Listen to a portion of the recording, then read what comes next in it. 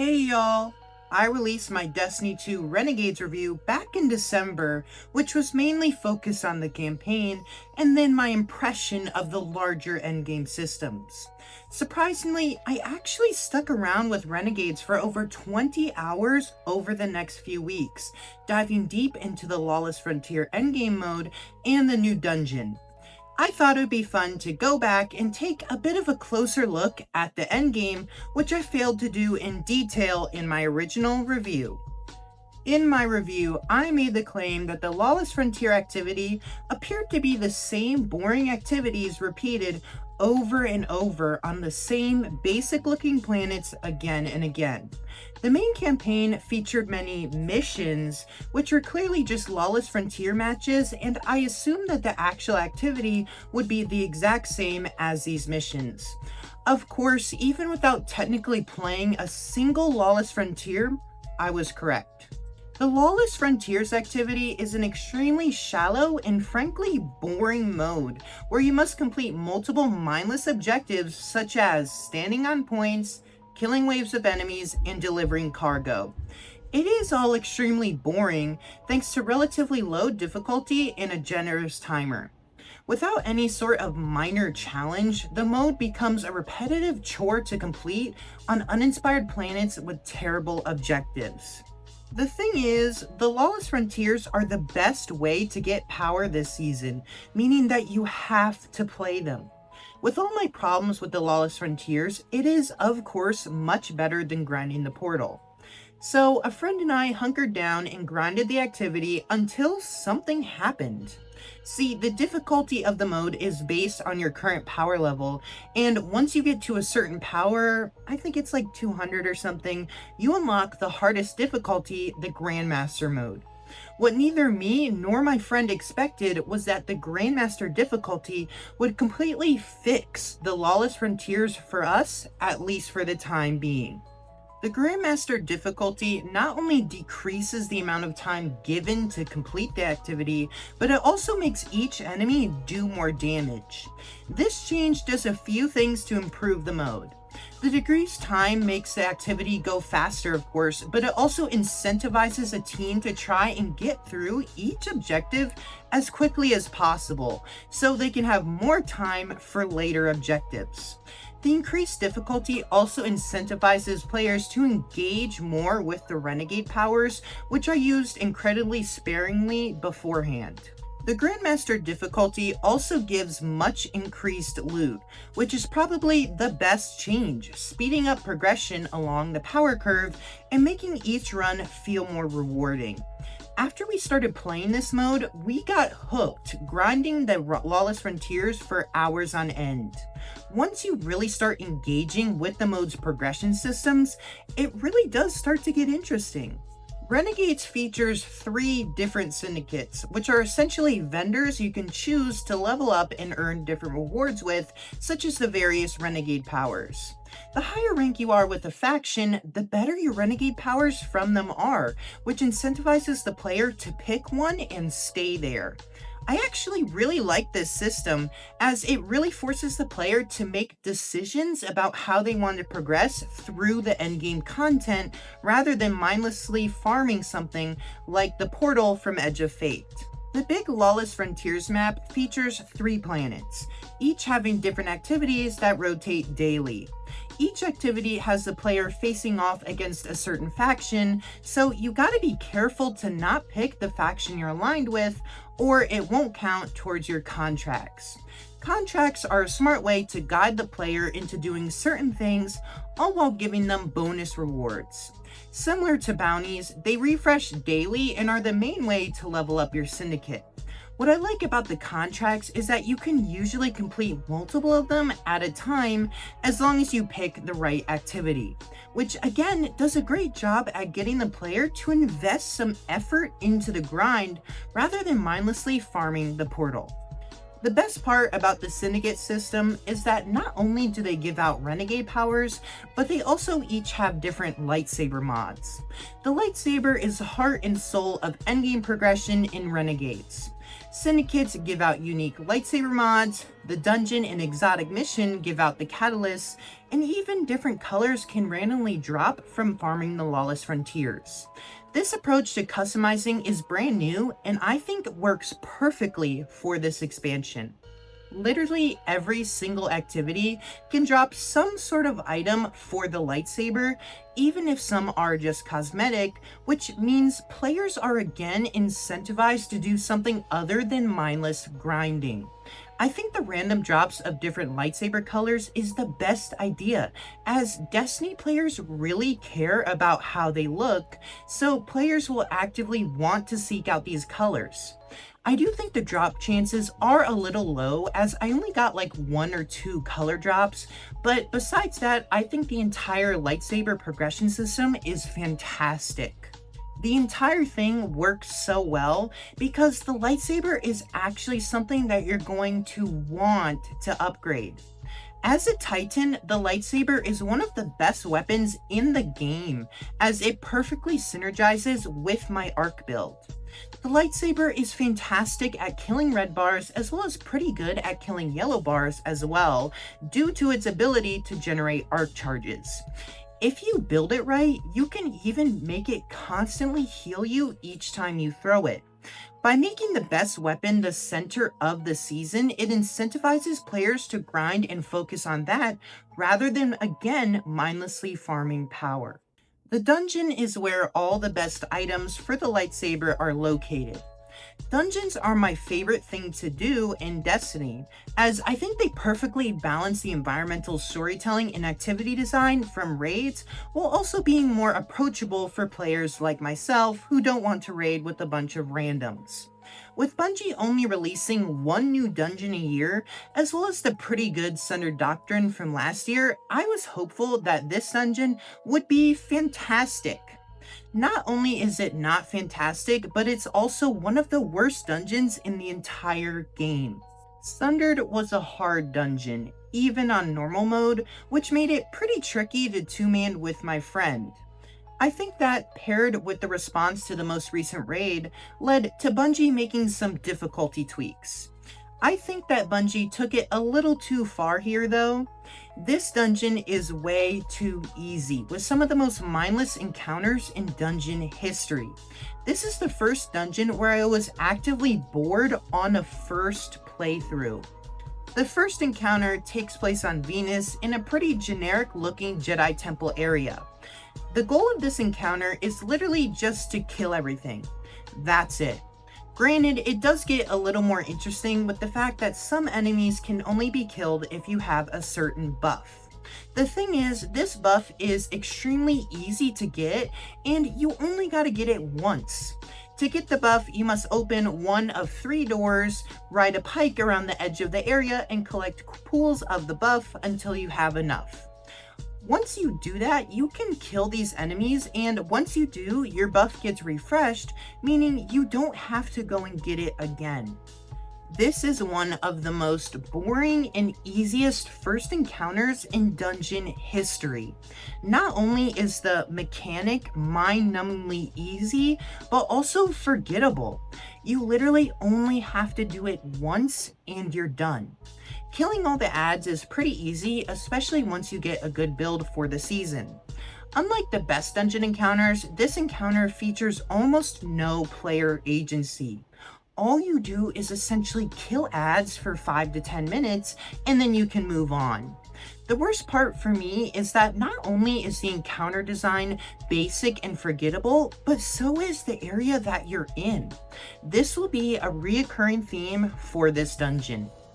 The platforming sections between encounters are easily the worst parts of the dungeon.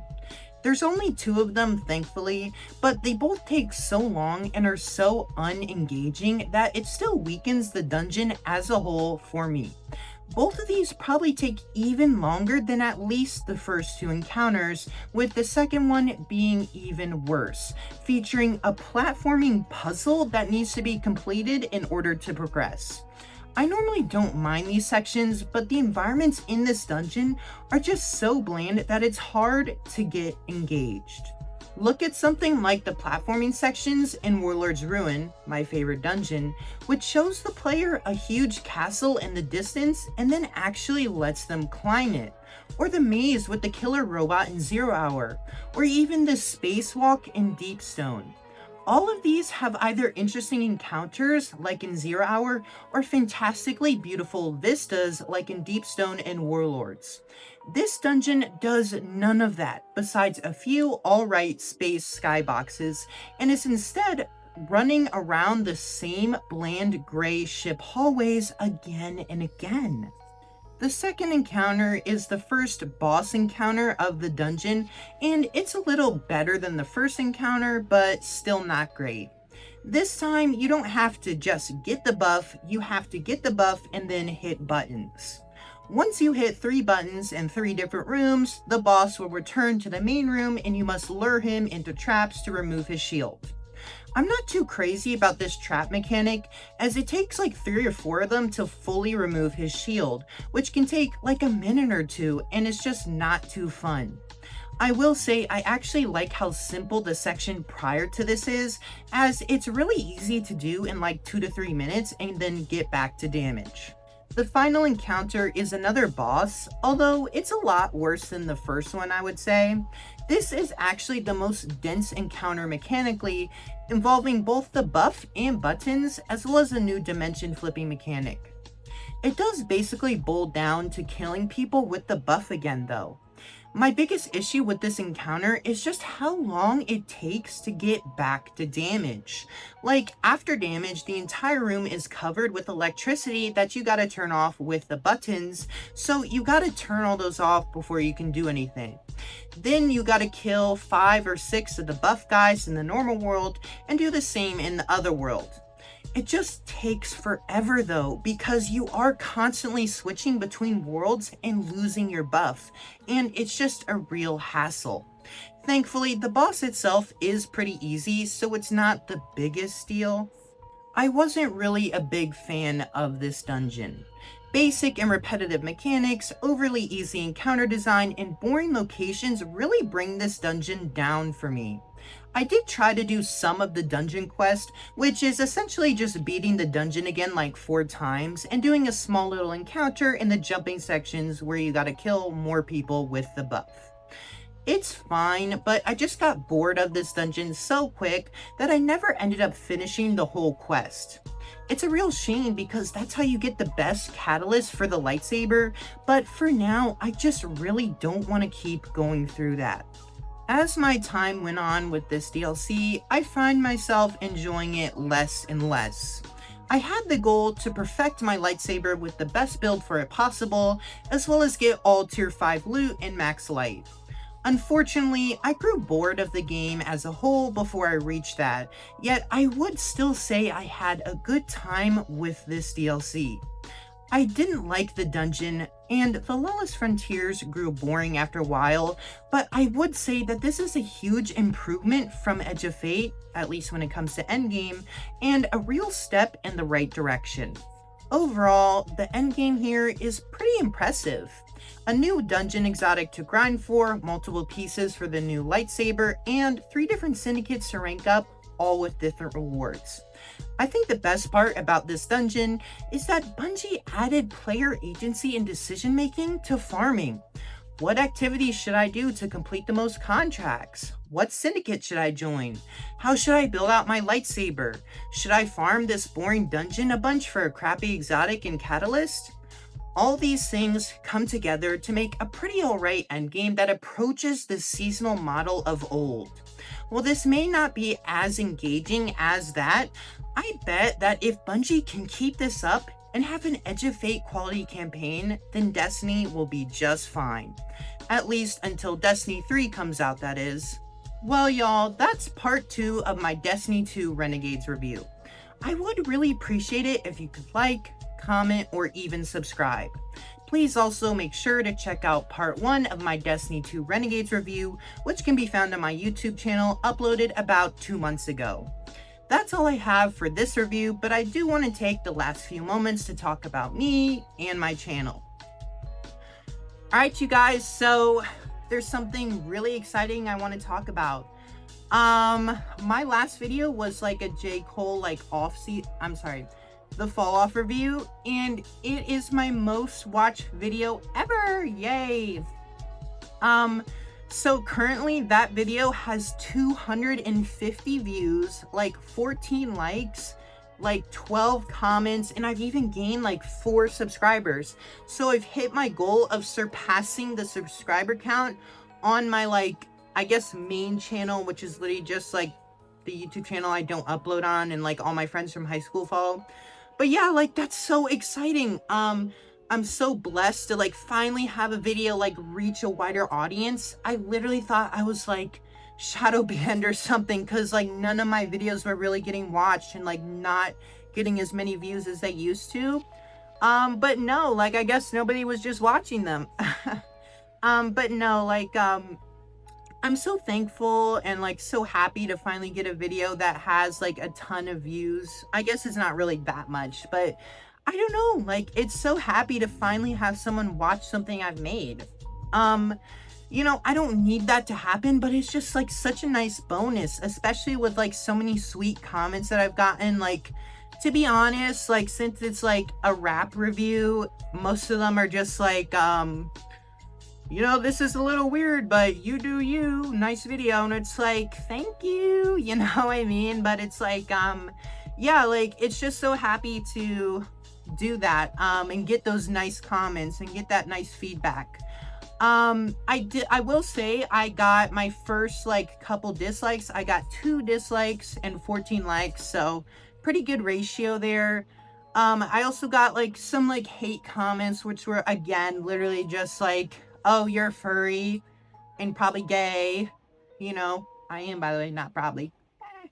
But you know what I mean? Like, just shit like that. And it's like, you know, I expected that to happen eventually. And like, now that I finally have gotten it, it's really not as bad as I thought it would be, to be honest. Like, I was kind of worrying about it, but yeah, no, it's like, it's whatever.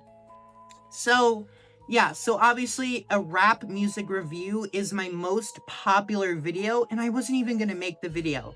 So what does that mean for the future of this channel? Well, nothing. I am not gonna change a single thing about what I'm doing, except that I think I will make more music reviews if inspiration hits me. So for example, I listened to 2 new albums. I listened to the new DaBaby album and I listened to the new Joji album. I would not make a video on the Joji project because I don't think I have very like much of interesting, I don't have anything interesting to say, you know. But for the DaBaby album, I would make a video on that if I had listened to it when it come out, because like I actually think I could make a pretty good like essay on that. So yeah, that's how I'm gonna do it from now on. But mostly, like, this is still gonna be a gaming channel, and like I'm still gonna be reviewing games like this, you know. So yeah, like I know there's like this thing where it's like, don't, you know, you need to pick what kind of content you make, because then you could spread out your fan base or whatever, and like it'll hurt your fucking views and shit. I don't care. I literally think that I can find a group of people who like the same things I do, and that's what I'm trying to do. Because at the end of the day, I just like to talk about things that I like, and that's why I made this channel.